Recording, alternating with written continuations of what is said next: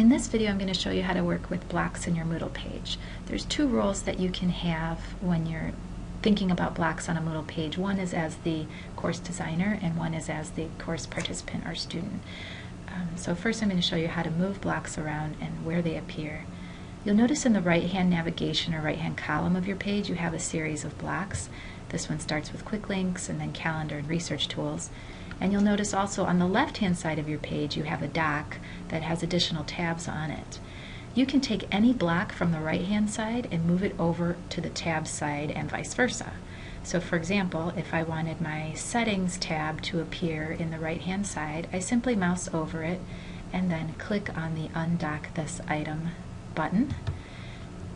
It disappears from the left-hand tabs list and appears in the right-hand blocks column. Another thing you can do with your blocks when they're in the right-hand column is adjust them to show or not. So for example, if I don't want this calendar taking up this much space, I simply mouse over the tool on the right-hand side of the block where it says hide, click hide, and it'll shrink it up so it takes up less space. If I want to see what's in the calendar, I simply go show calendar and it expands it out to full size. If I don't want my calendar to appear in the right-hand column, I simply scoot over in the little toolbar and click on move this to the dock. The calendar then jumps over to the left-hand tabs. Okay, if I want to move everything, I can undock them all. So that's as a student or participant in a course. When you are creating your course as a teacher or course designer, what you want to do is edit your blocks or configure them. So click on the Turn Editing On button, and this will give you access to all of your editing tools on the page. And I'm going to edit the Research Tools block. So if I click on the Configuration tool within the block, that will call up the block as it was originally created and give me access to the editing tools.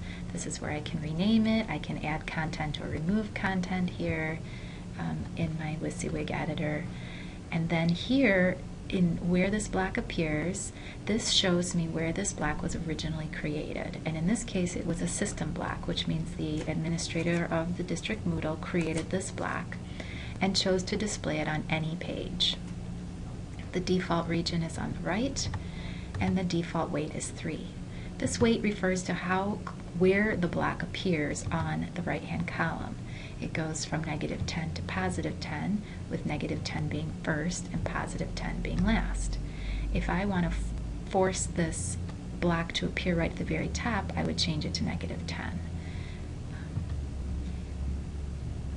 On this page, and this is where you have some control over these settings, because this block was created by the system, you can't delete it, but you can decide whether or not it's going to show on your page. So if there's something appearing on your page that you don't want there, you simply switch the visibility to no, and it will become grayed out. I'll show you what that looks like. If you would like to change where it appears on your right-hand column, you simply switch it up with the weights here. I'm going to save changes. And now you can see that on this page, Research Tools is an option, but it's been grayed out. Another way to rearrange the order of the blocks in the right-hand column is simply drop and drag. Get your four-headed arrow at the top and then move them around. So let's say I want to put quick links down at the bottom. I just drag it there and that's where it will appear. If I wanted to add a new block to my page, I simply make sure I have editing on, go to the Add a Block block, and select the type of block I would like to add. For more information on specific block types, please visit docs.moodle.org. And that is how you work with blocks on your Moodle course homepage. If you have additional questions, please contact me, glanvillec@grps.org, or contact the help desk at 2487.